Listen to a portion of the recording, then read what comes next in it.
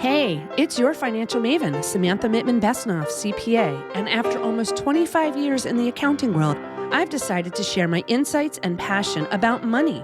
Knowing your money and hopefully feeling less stress about your money is what I call being financially empowered. Welcome to the Your Financial Maven podcast.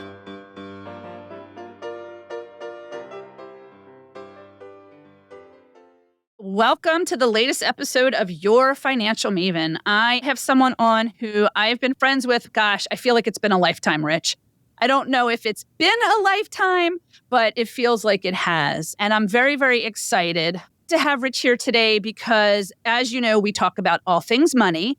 And Rich actually has a background in finance, but that's not why I brought him on. Although, Rich, I will be asking you some questions from a finance standpoint. But Rich is a small business owner of Richard Waine Photography. It is a headshot photography business out of Lancaster, Pennsylvania.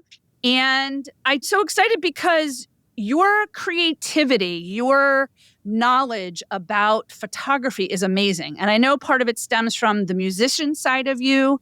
I think you're very creative. So I'm just excited to have you here. So welcome. Thank you for having me. I appreciate it. So I want to hear how you got started. You worked on Wall Street and then you left New York and you came to South Central Pennsylvania. I've been a photographer for coming up now 15 years, something around that. My background is in finance. I did spend a good portion of my career on Wall Street. I was a fixed income analyst. I analyzed the sticky investments that most people don't understand and most people probably don't care too much about. And to be very honest with you, I enjoyed the work very much. But eventually, like all good things must come to an end, I had to find my way off of Wall Street. That was during a time when analysts were being seen off of the desk because they were not revenue writers. This was during the mortgage crisis, 2007, 2008. And so eventually I stuck out for a couple of more years, the rest of the career, and then I found my way off the desk. I found my way to Pennsylvania, however, because I happened to have been dating this incredible woman who is awesome. Who I assume you know. Yes. Who, in fact, my husband has known his entire life. They grew up together. So yes, we definitely have that connection.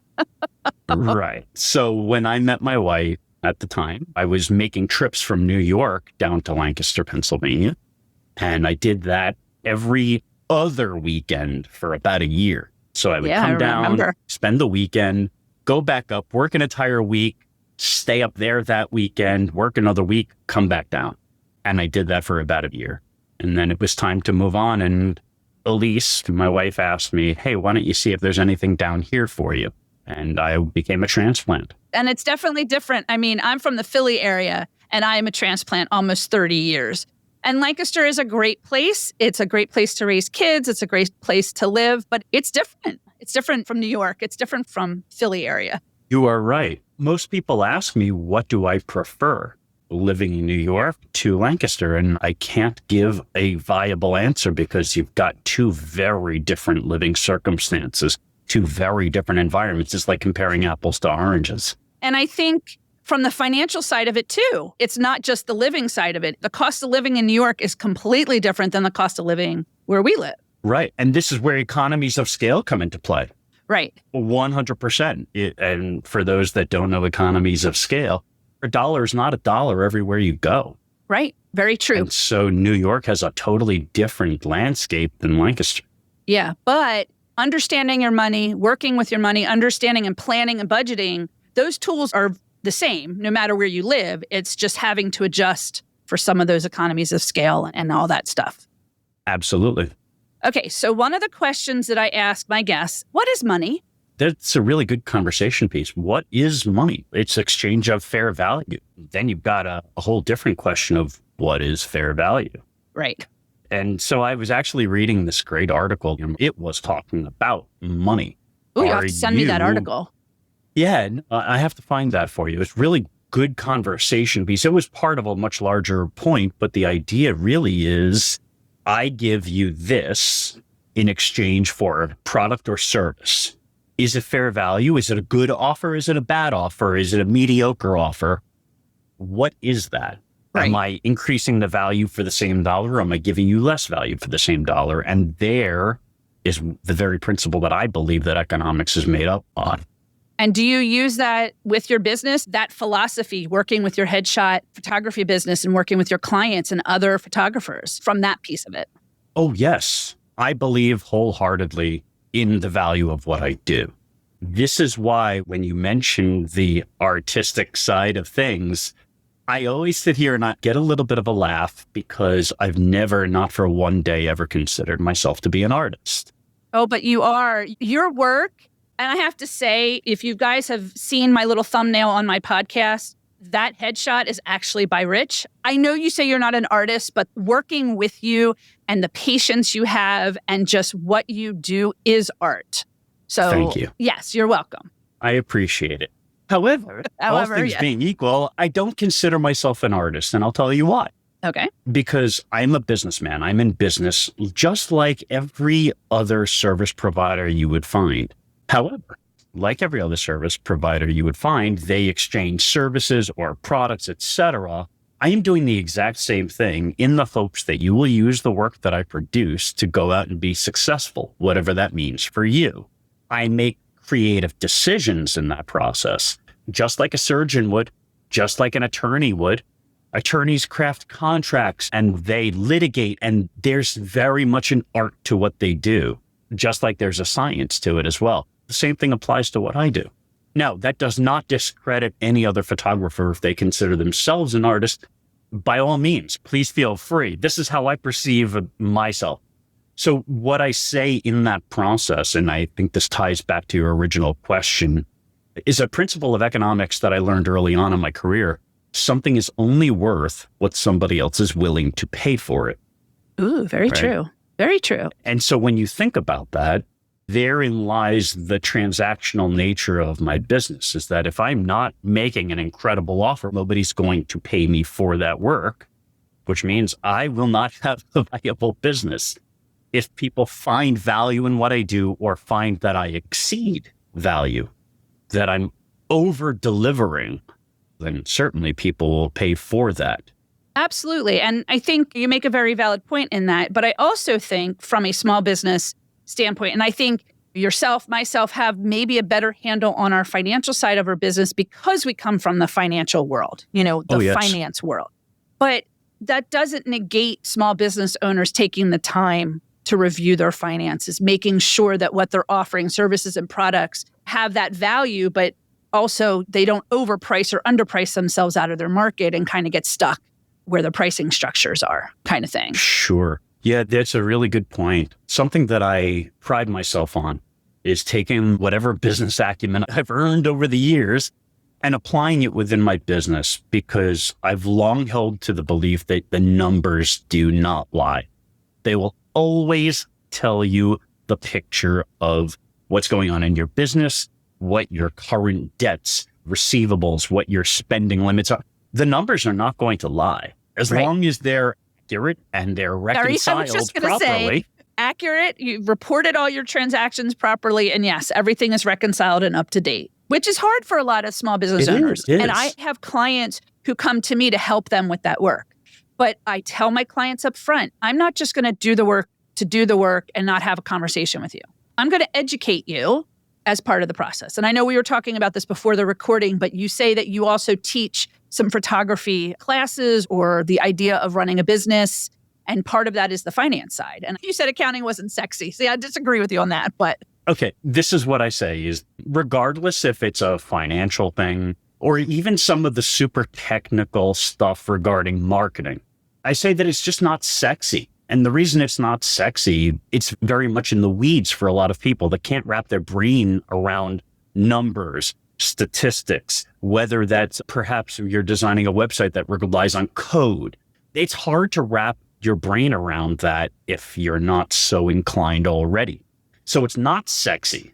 Okay, so I'll give you that for someone who's not in the finance world, who hasn't dealt with the accounting, although there are people with the accounting still don't think it's sexy. But I understand what you're saying, that weeds of, oh, I'm selling a product, I'm selling a service. I don't want to deal with that financial side, but small business owners need to. They need to pay attention to that because they could be missing out on income that they could be getting or being able to expense things so that they're not paying self-employment tax on that part of the income that is being reduced by expenses. So it is definitely something that I think small business owners need to pay attention to. I 100% agree. They do need to keep their eyes on it. But what is sexy is ringing the cash register. And when you look in that bank account and you have more money there than you thought because perhaps you were able to navigate these tough financial situations, that is sexy. Keeping more of the money you earn is sexy. Ringing the cash register is sexy. Paying off your debts is sexy. But the process of getting there really isn't so sexy. So what I advise everybody right off the bat, no matter where you are in your businesses, find yourself a fantastic CPA. Okay? That is the first move. And I know that it's probably not a popular opinion, but I'll say I don't really care for tax preparation services. I prefer a CPA. And the reason why I say that is really simple. They know the laws. Because of how the laws are just changing or just tax adjustments. You know, when we came out of COVID, we went back to what the tax brackets should have been had COVID never occurred. So in 2022, trying to tell my clients, you may owe more, you may get less of a refund. These credits during COVID are no longer available. We're going back to some of the things and they're getting upset with me and they're getting upset politically. And I'm going, these were things placed in 2017, 2018 that had a pause because of COVID. A lot of small business owners, why am I getting double taxed on my return? If you file a Schedule C, you have to pay self-employment. So it's not double taxation. You have to pay both sides of FICA and Medicare. And I'm sure you feel this too, that as a small business owner, yeah, it sucks. I pay estimated taxes quarterly and the amount of money going out is just, for me, I'm like, oh, why do I have to pay this? But then I'm trying to cover my self-employment tax. But here's the upside, is that when taxes are actually due, when you actually reconcile and you have to pay something, you're going to pay significantly less because you've already been paying in for the rest of the year. Absolutely. And you might get a refund of some of that money because you overestimated, which isn't a bad thing either. And there are a lot of moving parts there, especially for small business owners to consider. For instance, I have 2 children. I pay into their 529 plans. I also pay into all of my retirement accounts, from the IRAs to maximize your retirement. I agree with you. Maximize your retirement. I've had a bug up my you-know-what for years about planning for retirement, because when you're a business owner, there's nothing guaranteed. Zero. You are out there to hunt and make a living for yourself and your family, and nobody else cares. There is nobody and there is no organization that's willing to say, here is a salary and here is your medical insurance. You earn and deal with all of it. Well, and the life insurance too. Small business owners should have some kind of life insurance to cover because they're small business owners. Right. Because of all of this stuff that you have to be aware of and think about, yes, the onus falls squarely on you. And there are a lot of moving parts because of it. But in the end, it also means I'm not going to be 80 years old and still making headshots of people. I will actually have a reasonable retirement. Oh, come on, man. When we're 80, well, wait, when I turn 80 before you. Not that much sooner. It feels like it was yesterday that I was 21 and I was a kid walking right out of my undergrad thinking I knew everything about the way the world worked. I legitimately came out thinking I'm just going to end up running a company one day.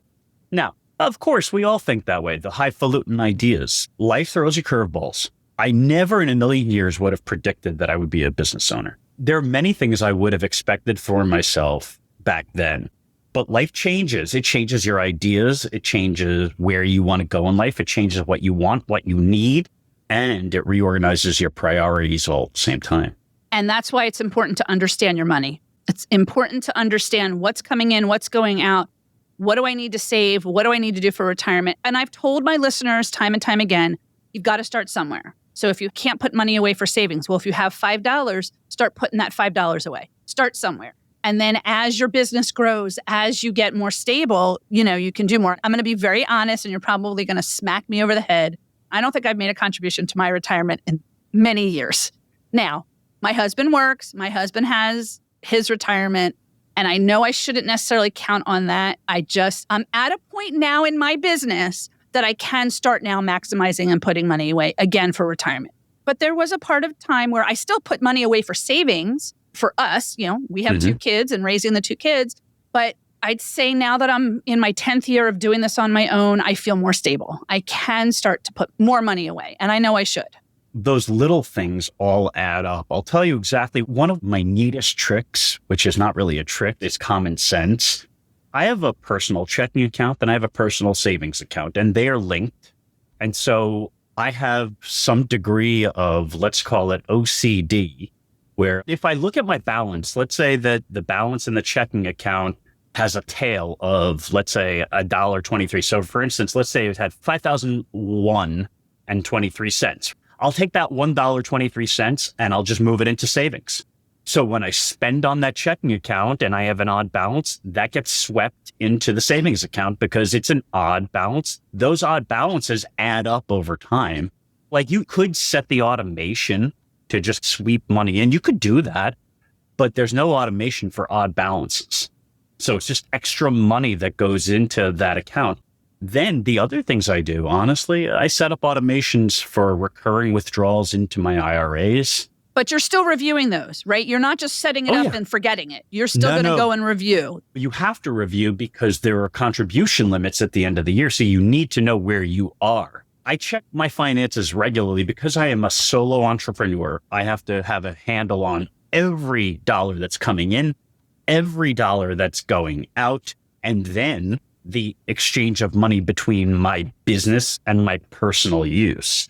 Well, and that's a good point that you bring up. If you are working for yourself and you are a solo entrepreneur, you're in business for yourself, have a separate business bank account. If you're just getting started and you think, oh, this is just going to be a hobby, that's one thing. But if you create and start a business, have separate business bank accounts. It is absolute must. Absolutely. I know that there are some books out there that talk about having multiple accounts for the business, as many as like 5 accounts. Yeah, I find that a little unwieldy. I know for myself, I have my business checking account, and then I have 2 types of savings accounts for my business. And what I do is I calculate and I look at what are my estimated taxes possibly going to be every quarter. And I try to, every time I get paid from my monthly clients or during tax season from my tax clients, I try to put a percentage of that away for my taxes and for my rent, where my business is, the place that I rent my office out of. And then I know throughout the year that that is money, get a little earning on it, a little bit of interest because interest rates aren't great, but I get something, but then I don't touch it. And it's only used for rent and tax purposes. And then my other savings account, I learned actually from something called Profit First, a little bit. I read the book a little bit, That's the book I did that a little I was referring research. to. And the money that I come in, I take then a percentage and it's my owner's compensation. It's my quote unquote payroll. Because when you're a sole proprietor, you don't pay yourself payroll. That's why you pay self-employment tax. So you can take the money out of the business and use it however you see fit. But you need to have some guidelines for yourself. You can't just take all the money out and use it and then not have anything. You're right. So this does come with a little bit of planning and a little bit of forethought. What I found works is probably a little bit different than what you're suggesting. I have a couple of different approaches. Number one, as a former analyst, you can absolutely expect that I spend a lot of time in Microsoft Excel. And so spreadsheets are definitely my jam. So I spend a little bit of time in spreadsheets, and I actually developed a proprietary model, which other photographers in my coaching world, we're part of a community. I am not the guy. I'm just one guy that knows stuff and I contribute to the group. But in that world, I've pretty much given people access to it. It is a proprietary model which will help you determine your cost of doing business. And so when I think about how much I want to pull from my own business, I actually count that as an expense. Interesting. Now, not for tax purposes. No. This is just for understanding your NOI. Right. This is to understand your net operating income and what you need to be charging to justify your business. What I do is I'll take my monthly expenses, or if I only have them on an annual basis, then I divide them so I do have a monthly number. And then I'll go through all of those. So that's the insurances, that's all of the rent on the studio space, my equipment, the software I require, all of my normal routine expenses. But then I say, well, what is it that I really need from my business to substantiate the kind of living that I'd like to provide for myself and my family? And I'll throw an approximate number, and I'll be very fair with you. I will always start with a higher number. Why? Because it's a model. I can adjust it and see what the effects of these numbers will be. And I'll determine that, or I'll label it tentatively as a salary, even though it's not really a salary. Because you're a sole proprietor. Now, if you were in an S corporation, that's a completely different situation. That is salary. But if you're a partnership or sole proprietor, you don't get W-2 wages. You don't get a paycheck where taxes come out. Correct. For tax purposes, it's a totally different consideration. But for the purposes of this analysis, call it whatever you want. But it's what I want to take home for myself for the year. And so let's just make the assumption that that's $100,000, just willy-nilly, arbitrary number. That will then be added to the annual expenses for the business, because that salary, and believe it or not, salary and insurance are usually the biggest expenses for any company. Absolutely. And you're not just talking life insurance, you're talking possibly medical insurance. So yes, definitely. Yes, absolutely. And in my case, there's also the car insurance, because I do travel to my clients, and their equipment insurance and studio insurance and insurance liability, is a big deal. Professional liability insurance. I know. Absolutely. Absolutely. So those are all considerations, but they're all expenses. And then what I have to figure out in this big cost of doing business model really is, how much do I need to charge for the work and the value that I provide that will substantiate all of those expenses, which includes that salary number. Big air quotes on that. Right. You don't want to just be bringing in money to find out that you can't pull anything out of the business and go buy yourself stuff, or be able to pay your bills in personal areas and fund your kids' colleges or fund yourself going back to school. Right. But what happens after that may not be so mind-blowing for somebody that knows what happens to it. But for those that have no idea about what the capabilities of that information are, is that now you can actually project outwards. Yes. And now standard projections, straight line projections, would usually have your expenses increasing by a percentage that happens to be more than your income. Why do I want to stress my income so much? In other words, I'm stressing those expenses so they'll increase by about 3% year over year. Cost of living, typically 3%. And my income, 2%. Because I want to stress and see where I break and what year do I break? What has to happen? Do I have to make adjustments at this point? So those projections are not really budgetary as much as, where do I need to make some adjustments to my business model? Or do I choose to make adjustments much earlier? And of course, that ebbs and flows with the economy and the consumer sentiment. And there are a lot of other considerations here. The other perspective, I mean, you mentioned taxes, is that I could just as easily say, what tax bracket was I in last year? And if that's the case, it's a good proxy to start stowing money away. Well, and you have to remember, let's say you're at the 22% tax bracket, you can definitely do that, but you have to be aware that FICA is 12.4 and Medicare is 2.9%. And as self-employed individuals, you have to pay both sides of it. You're not getting a paycheck where your employer is paying half of it and you're paying half of it. And then the beauty of that too, though, is you still get a small deduction from your self-employment tax on the half piece on your tax return, things like that. And sole proprietors and partnerships, that's where self-employment tax comes into play. If you're a shareholder in an S corporation in a small business, that comes in different. That doesn't mean you can't make estimated payments to cover the business income, which would be at your tax rate, let's say 22%. But it's a different model or how it flows, because then there's W-2 income with that too. There's so much, especially in small business world, we talk a lot about whether it's more beneficial to be an LLC versus an S Corp. And so I always defer to CPAs and attorneys to help make that decision.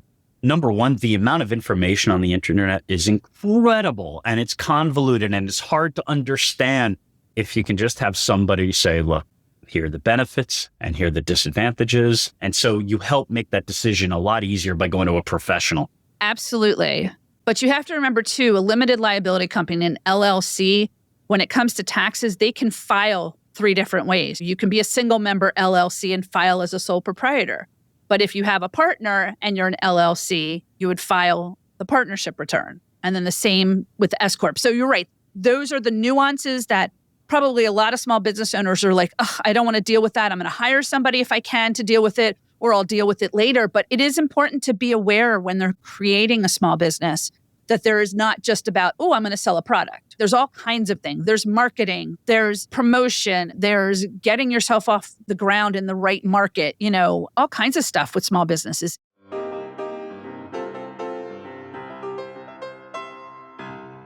Hey, it's time for a money break. Welcome back from our money break.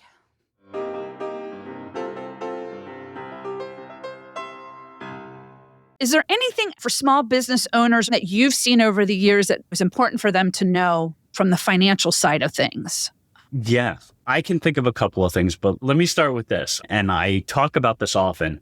I think that in my world, photographers, creatives, I specifically talk about them because there's a very, very low barrier to entry in the photography world. All it takes is a little bit of money. You go out, you buy yourself a camera, and most people say, oh, I'll charge a little bit of money, and now I'm a professional. There's more to it. I know. I get it. Believe me, I get it. Yeah. But here's the interesting part is that most of them have no business sense. And it's not a slight. I don't mean it to be a slight. It's that how can you possibly begin a business, operate a business to full potential and profitability? And this is the sexiest word in my vocabulary at this point, is sustainability.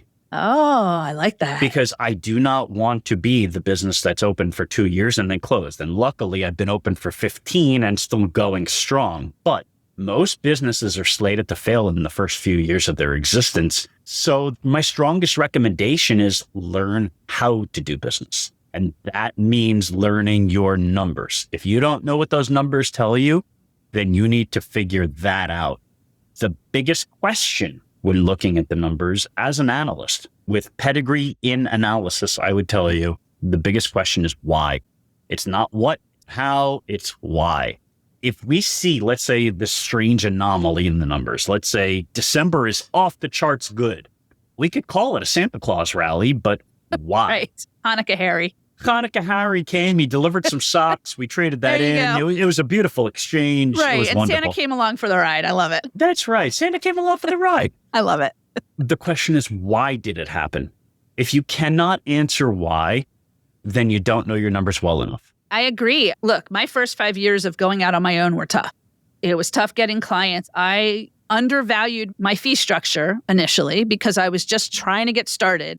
And I'm in this business. Like, I get it. But doing tax work, you're trying to get certain clients. I knew clients that were very, very wealthy, very complex returns. I didn't want to do those. Just they're too complex for me because I don't have the resources like an accounting firm has, like one of the big six or the regional firms or big four, whatever they are now.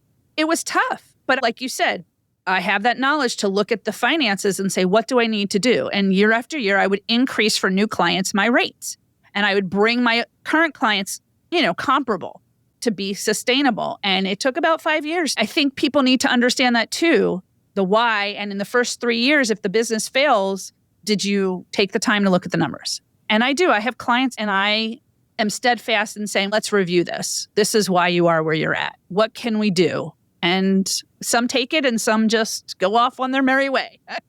Only so much I can do. What do they say? You can lead a horse to water, but you can't make them drink. We can analyze these numbers 16 different ways or more. But at the end of the day, if you cannot understand what the numbers are telling you and actually answer the question of why these numbers performed the way they did, then you're in no better position than you were when you opened your doors. Right. And there are resources out there through Small Business Administration, through SCORE, through assets. I know we have those here in Lancaster. Look at your local chamber. There are resources that are either free or a very small amount of fee to get you started. And trying to find those financial professionals like a CPA, maybe a tax attorney if you're able to, having a financial planner if you're able to. You might only be able to afford one of those initially, but have somebody who has a background in finance that can help you get started. You're right. I'm sitting here reminiscing my years in my undergrad. The reason why I'm reminiscing is because the one course I wished I paid a little closer attention. And while I did get away pretty well, I didn't walk away with an A, I wish I paid attention in accounting. I had trouble with debits and credits and understanding the various categories of stuff. That's a good point that you bring up because I still do what's called a T account to show my clients two sides to a transaction. because every business transaction that a small business owner does has two sides. The bank account or credit card that you use to get the money or pay the money. And what is the category? What is the expense? What is the income account that it correlates? So yeah, very good point. I had trouble understanding it then. Perhaps I was just immature. I was young. Didn't find it sexy. I definitely didn't find it sexy. Accounting was definitely not something I wanted to do. And listen, I am not offended, but for me, accounting and tax, I've always loved it. I don't know. It's weird. Numbers. I am not a math major, though. People need to understand that. I am accounting and tax. I can add and subtract, divide and multiply. But beyond that, those big math, forget it. The thing of it is that when I remember back to those days, and I remember my professors, they were fantastic professors. I just didn't have the capacity at the time. So when I look back on those years, and I think to myself, now that I'm a business owner, if I had paid a little bit closer attention to those various things, I probably would be better equipped to deal with my own information. That doesn't mean I'm ill-equipped. I just wish I was better equipped. It doesn't negate the fact that I still would have hired a professional no matter what, but I like to be informed and I like to understand things so I can have these intelligent conversations with people that know more and learn. Yeah, I told both my kids, take a business class. I'd prefer you doing accounting because you never know, but take a business class. And in fact, my oldest did take accounting. He took it in high school and then I think he took one in college. But I try to tell my kids and I try to tell young adults that if you're still in college or you're going to a tech school, take a business class.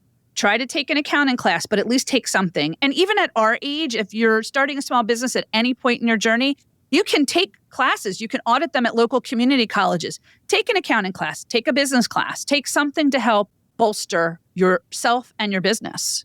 Absolutely. Like I mentioned earlier, the internet is a wealth of information. It is, but you have to still be careful. You still have to be careful. Well, there are platforms like Coursera that have fantastic courses. Some are taught by college professors and university professors. And yes, you're right. You do have to be careful, but I would not suggest going out to YouTube necessarily to learn that kind of information. However, there are fantastic courses on YouTube. You need to vet them. So I would expect people to use a little bit of common sense when looking for that information, but it's out there. It is out there. And I think that's something with starting a small business, even those resources, look it up. Go to the IRS website. There is an area called Small Business and Nonprofit Center, and they have phenomenal information there on what you need to know from that side of it. If you are using something like a QuickBooks or Xero, accounting software, they've got great training for people as well. Personally, I think that the IRS could probably do a lot better job at presenting the material because I look at their website much like I look at the tax code. The people that wrote the tax code can't understand it, and the people that are reading the IRS's website can't understand it either. So who is that website actually for? I will tell you, when I try to get information out to my small business clients or my individual clients, I try to get them to the right spot on the website so that they know, because once they're there, all that information is there for them. It's getting there. There is the getting there, but then there's the interpretation of the information that's provided. And so that's where I would rely on a professional because number one, I don't have the time to scour that website. I'm out here doing what I do best for the people that I'd like to serve. But if I were the IRS, and yes, this is a little bit of a gripe, but if I were the IRS, I would say, let me put out information in a way that even the person with a second grade education could understand the information.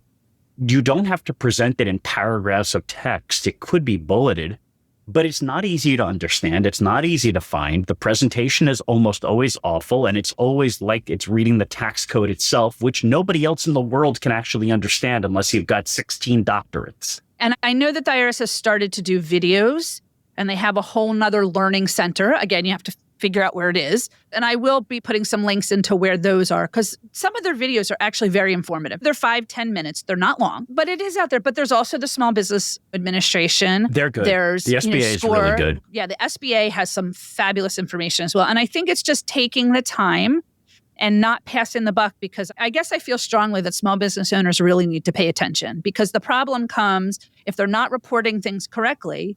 One of the big issues is when they go to file their tax returns and they might be under-reporting their income or over-reporting something else that shouldn't make sense, IRS will come down on them. So I say make sure your books are in order. And if you can't figure it out, if you can, hire somebody. to do it for you. I'll take it even a step further because I'm a little bit old school this way. One of my not a largest thought, but it's one of my fears is I don't like the idea of the possibility that I could be audited just because the IRS feels like it. When you're audited, I can only imagine that they're sifting through every single record you have. But when you digitize all of that stuff, they're not making anybody's life easier because they need to have every record in front of them. And if you're digitized, they're just going to take all your hard drives and they'll do their own forensics, etc. I actually keep binders, like 3-4-inch binders of every single transaction, money in and money out. If you cannot follow the train of money through looking at a binder that's this thick with every transaction for the year, then you probably aren't a very good accountant because it's really easy to see here's all the income, here's all the expenses, here are the bank account statements, here are all the sales tax filings, here's everything you need in order to audit the business. I mean, unfortunately, though, I think everything has become more digitized and more electronic. So there are ways to sort that. Have a digital binder that you can pass off and they don't have to go scouring through your computers. I'm glad you mentioned that. Because my theory on business is the same as the theory on audits, which is make somebody else's life as easy as humanly possible. So if I have to give all of that information over during an audit, let's say, if they have to go looking for something, I am no longer making their life easy. And in turn, they are not going to like me very much. I understand where you're coming from. I can say that the majority of IRS reviews and audits and agents that go through this process are not trying to nail you to the wall. They're just trying to review everything and making sure you've properly captured everything, especially as a small business owner if you truly are not hiding things. You're not trying to hide money from whomever, IRS, your spouse, whatever. Like, you know what I mean? Like, right. If you're crossing your T's and dotting your I's and you're running your business correctly and you've made some mistakes on your tax returns when you filed it, they're not going to just come down with the hammer and put you in jail. They're going to walk you through that process to say, hey, you've got to make sure you're reporting this. Well, that's good to know. I think the everyday person, the average small business owner, if you're going about your business, you're properly recording everything, you're properly reporting stuff, you've accidentally made mistakes and the IRS comes knocking, well, they don't really knock on your door. They'll send you a notice. It's really just a matter of reviewing. The first step is you get a notice, you have to review where the mistake is. You reply to that notice. And then if it continues to go back and forth, then it gets escalated. They don't just come audit you without a step in place. See, that's good to know because my long-held belief on being audited was I don't need the aggravation, I don't want the stress, and I don't want to be sent into a panic because here comes the IRS knocking. That is specifically why I've kept physical binders of my transactions. I keep them 5 years back because that is what I was taught when I was working on this. We keep all of our documentation for FINRA and the SEC for no less than 5 years. So I keep that stuff. I do it more for me to make my life easier for them. And I'm not suggesting that's what people do, but it's what I do. And I think that's fine. Everyone has to find their own little comfort level and what they choose to do. And you bring up FINRA. So the U.S. Department of Treasury has actually recently come out as part of a tax law change in 2021, but there's something called beneficial ownership interest reporting or information reporting that a lot of small business owners may now need to do in 2024. And it's really just showing FinCEN and the Department of Treasury that you are who you are. You're not some foreign agent. You're not laundering your money. You're not doing things illegal. A lot of small business owners haven't heard about this, even though there's information out there. Again, it goes back to your point, hiring professionals to help work with you. If you hire the right person, it just makes life that much easier. Because let's just cut right to the chase and say, if the government really wants that information, they already have it. Like a little bit of effort, they can get everything they need. Are you a legitimate business? Well, here's the business licensure, or here's the filing for sales tax. They could get this information. They don't need you to report it. They don't need anything from you. They already have it, but they want you to talk to them because it's going to make their lives easier and it's going to save them money. I'm not a big subscriber to that theory, but I don't think that what they're asking for is totally out of place. There's always the idea of anti-money laundering and knowing your customer and doing the prudent thing for your customer. There's always that. And there's a good purpose. It's hard, though, because I know from my perspective as a CPA, I will not be filling out any of those reporting for my clients because there's liability involved in that, because what they're basically asking is, are you the owner of that business? Yes, I'm the owner as of January 15th, 2024 kind of thing. But come April 17th, I've sold the business and now there's a new owner. Your tax professional or your accountant, your attorney may not know that it's changed. So I'm just putting this information out there because it might be coming down the line for this year. If you're already in business or if you're creating a business, you can still talk to your professionals to say, hey, what are the requirements? What do I need to do? And that, again, goes back to understanding the financial side of things.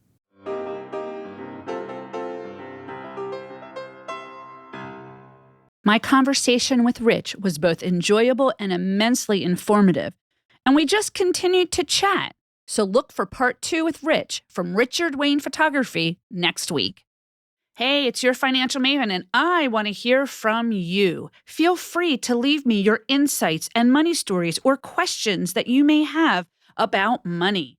You can visit www.yourfinancialmavenpodcast.com and click on the I Want to Hear From You tab. I can't wait to hear what you have to say about money. The purpose of this podcast is to provide general information on the subjects discussed. It is for educational, informational, and entertainment purposes only. You should consult your CPA, accountant, or tax professional for all of your specific financial needs or situations. Your Financial Maven is hosted and produced by Samantha M. Besnoff, CPA, and Your Financial Maven, LLC. Editing is done by Chris Zarnock of KMZen Creative. Music is written, composed, and performed by Daniel Shore.